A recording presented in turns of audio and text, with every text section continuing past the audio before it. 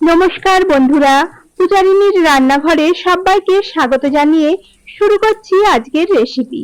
আজ আমি আপনাদের অনুষ্ঠান বাড়ির স্টাইলে পটল চিংড়ি রান্না করে দেখাবো।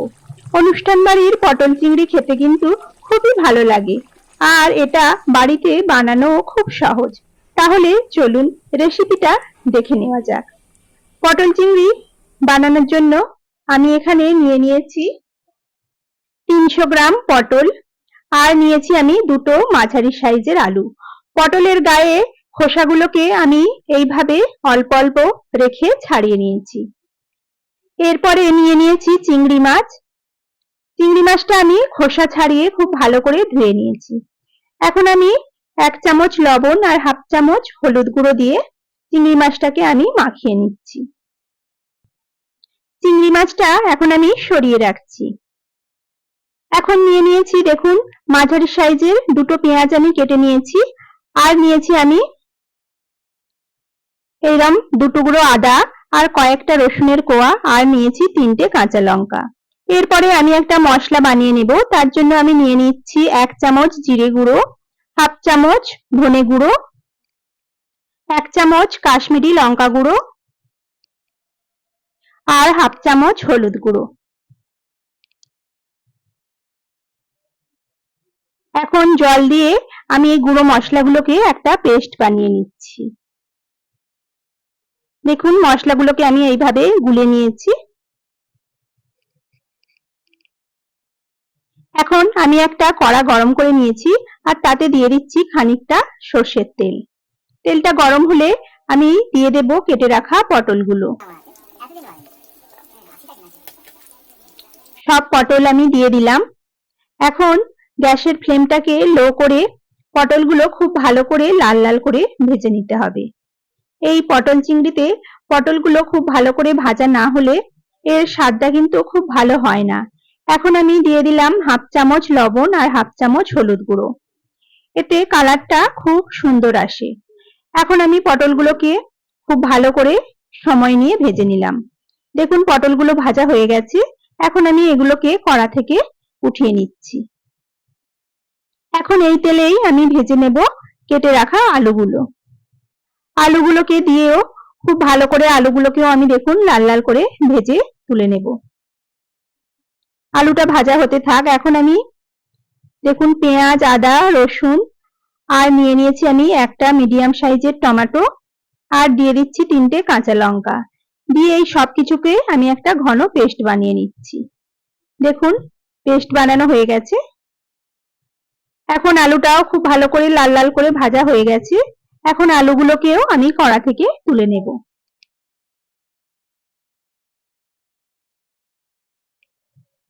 এখন এই কড়াতেই আমি দিয়ে দিলাম আরো খানিকটা তেল। তেলটা গরম হলে আমি দিয়ে দিচ্ছি চিংড়ি মাছগুলো। চিংড়ি মাছগুলোকে এখন আমি ভেজে নেব। চিংড়ি মাছগুলো খুব বেশি ভাজার প্রয়োজন হয় না, অল্প একটু ভেজেই আমি চিংড়ি মাছগুলোকে তুলে নেব।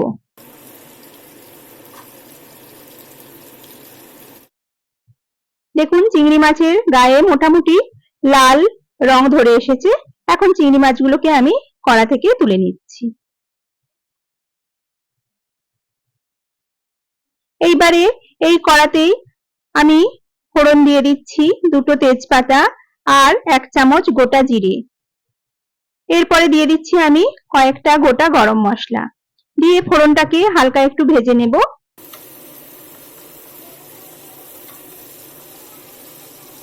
ফোড়নটা হালকা একটু ভেজে নিয়ে এরপরে আমি টমেটো, পেঁয়াজ, আদা, রসুনের যে পেস্টটা বানিয়ে রেখেছিলাম সেটা আমি দিয়ে দিলাম। দিয়ে এখন মশলাটাকে খুব ভালো করে আমি কষে নেব। এই মশলাটাকে বেশ খানিকক্ষণ ধরে পেঁয়াজ, আদা, রসুনের গন্ধ চলে যাওয়া পর্যন্ত আমাদের কষে নিতে হবে। এখন আমি মশলার মধ্যে দিয়ে দিচ্ছি 1 চামচ স্বাদ মতো লবণ। দিয়ে লবণটাকেও আমি একটু মশলার সঙ্গে মিশিয়ে নিচ্ছি। দেখুন, মশলাটা বেশ ভালো করে কষানো হয়ে গেছে। এখন আমি এর মধ্যে দিয়ে দেব গুঁড়ো মশলার পেস্টটা। গুঁড়ো মশলাটাকে দিয়েও সবকিছুর সঙ্গে আবারও খুব ভালো করে আমি একটু কষে নিচ্ছি। বাটিটা ধুয়ে আমি একটু জল দিয়ে দিলাম। দিয়ে সবকিছুর সঙ্গে খুব ভালো করে এখন মেশাতে হবে।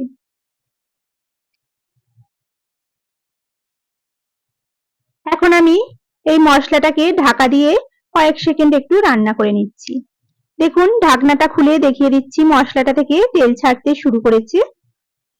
মশলাটাকে আমি মোটামুটি 5 থেকে 6 মিনিট ধরে খুব ভালো করে কষিয়ে নিয়েছি। এখন আমি দিয়ে দেব ভেজে রাখা আলু, পটল আর চিংড়ি মাছগুলো। এগুলো দিয়ে মশলার সঙ্গে অনেকক্ষণ সময় নিয়ে লো ফ্লেমে খুব ভালো করে কষে নিতে হবে।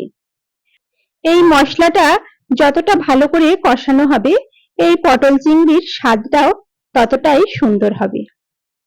দেখুন মশলাটা খুব ভালো করে কষানো হয়ে গেছে। এখন আমি দিয়ে দেব পরিমাণ মতো জল। এখানে আমি মোটামুটি 1 কাপ পরিমাণ জল ব্যবহার করেছি। এই পটল চিংড়িতে খুব বেশি জলের প্রয়োজন হয় না। মোটামুটি আলু আর পটলটা সেদ্ধ হতে যতটুকু জলের প্রয়োজন আমি ততটুকুই দিয়েছি। এখন ঢাকনা দিয়ে আমি লো টু মিডিয়াম ফ্লেমে 10 মিনিট ফুটিয়ে নিলাম। দেখুন ঢাকনাটা খুলে আপনাদের দেখিয়ে দিচ্ছি। আলু আর পটলগুলো খুব ভালো করে সেদ্ধ হয়ে গেছে। এখন আমি সবশেষে ওপর থেকে দিয়ে দিচ্ছি টেস্টটাকে ব্যালেন্স করার জন্য সামান্য অল্প একটু চিনি আর হাফ চামচ গরম মশলার গুঁড়ো দিয়ে এখন সবকিছুকে আবারও একবার আমি খুব ভালো করে মিশিয়ে নিচ্ছি। তো দেখুন এখন আমাদের রেডি হয়ে গেল অনুষ্ঠান বাড়ির মতো পটল চিংড়ি। এটা কিন্তু গরম গরম ভাতের সঙ্গে খেতে খুবই ভালো লাগবে। এই রেসিপিটা যদি আপনাদের ভালো লাগে তাহলে প্লিজ একটা লাইক ও কমেন্ট করে আমাকে জানাবেন। আর যারা আমার চ্যানেলটিকে এখনো সাবস্ক্রাইব করেননি তাদের কাছে আমার অনুরোধ, আমার চ্যানেলটিকে সাবস্ক্রাইব করে আমার পাশে থাকবেন। সবাই ভালো থাকবেন। আবারও দেখা হবে নতুন কোনো রেসিপি নিয়ে। নমস্কার।